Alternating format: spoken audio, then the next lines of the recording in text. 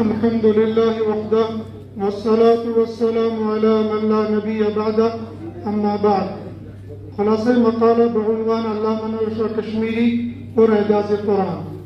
علامہ انور شاہ کشمیری رحمۃ اللہ علیہ نے 1875 عیسوی سے لے کر 1933 عیسوی تک کی 58 سالہ زندگی کے اندر جہاں حدیث، فقہ، کلام، منطق، فلسفہ، نحو اور بلاغت تمام علوم اسلامیہ پر مکمل دسترس حاصل کی، وہیں اعجاز قرآن پر بھی کمال حاصل کیا. علامہ کشمیری رحمۃ اللہ علیہ کے نزدیک اعجاز قرآن کئی جہات سے ظاہر ہوتا ہے: اعجاز علمی، اعجاز ترکیبی، اعجاز بیانی. علامہ کشمیری فرماتے ہیں قرآن کا اعجاز صرف ماضی کی خبر نہیں بلکہ اس کی غیبی خبریں آج بھی ظاہر ہو رہی ہیں اور قیامت تک ظاہر ہوتی رہیں گی. یہی اس کی دائمی صداقت کی دلیل ہے. مقصد اعجاز کے سلسلے میں علامہ کشمیری خود رقم طراز ہے. مقاصد سے میری مراد مخاطبین کو سبق دینا یا لینا ہے، جیسے کہ علماء اکرام نے اسماء الحسنی کی تشریح میں لکھا ہے. مزید وضاحت کے لیے ارشاد فرمائے کہ قرآن حکیم کے مقاصد وہ ہونے چاہیے جن سے مبدا و معاش و معاد، فلاح و نجات دنیا اور آخرت وابستہ ہو. انہی کی جانب قرآن کریم کا ارشاد ہے: اعلموا انما الحیات الدنیا لعب و لہو وزینۃ وتفاخر بینکم وتکاثر فی الاموال والاولاد. قرآن و سنت کے مابین تعلق پر علامہ کشمیری کی آراء. علامہ کشمیری کے نزدیک قرآن و سنت میں تعلق وہی ہے جو اصول و فرع کا ہوتا ہے. قرآن اصول بیان کرتا ہے، سنت اس کی عملی تعبیر ہے. آپ نے فرمایا: من اراد ان یفهم القرآن بغیر سنہ فقد ضل عن سواء السبیل. اعجاز بیانی اور علومی پہلو.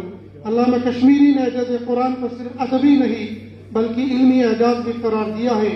آپ نے فرمایا کہ قرآن نے ان علوم کی بنیاد رکھی جنہیں بعد کے ادوار میں انسان نے تفصیل سے دریافت کیا.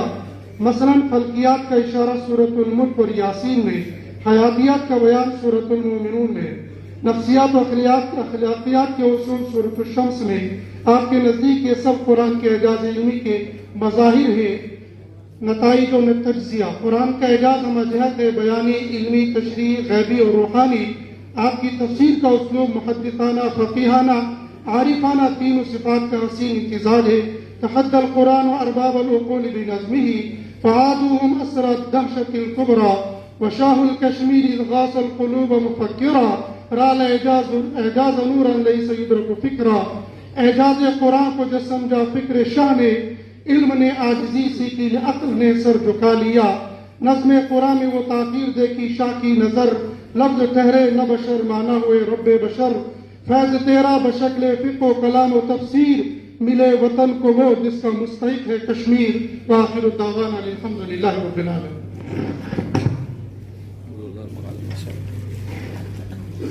جزاک اللہ.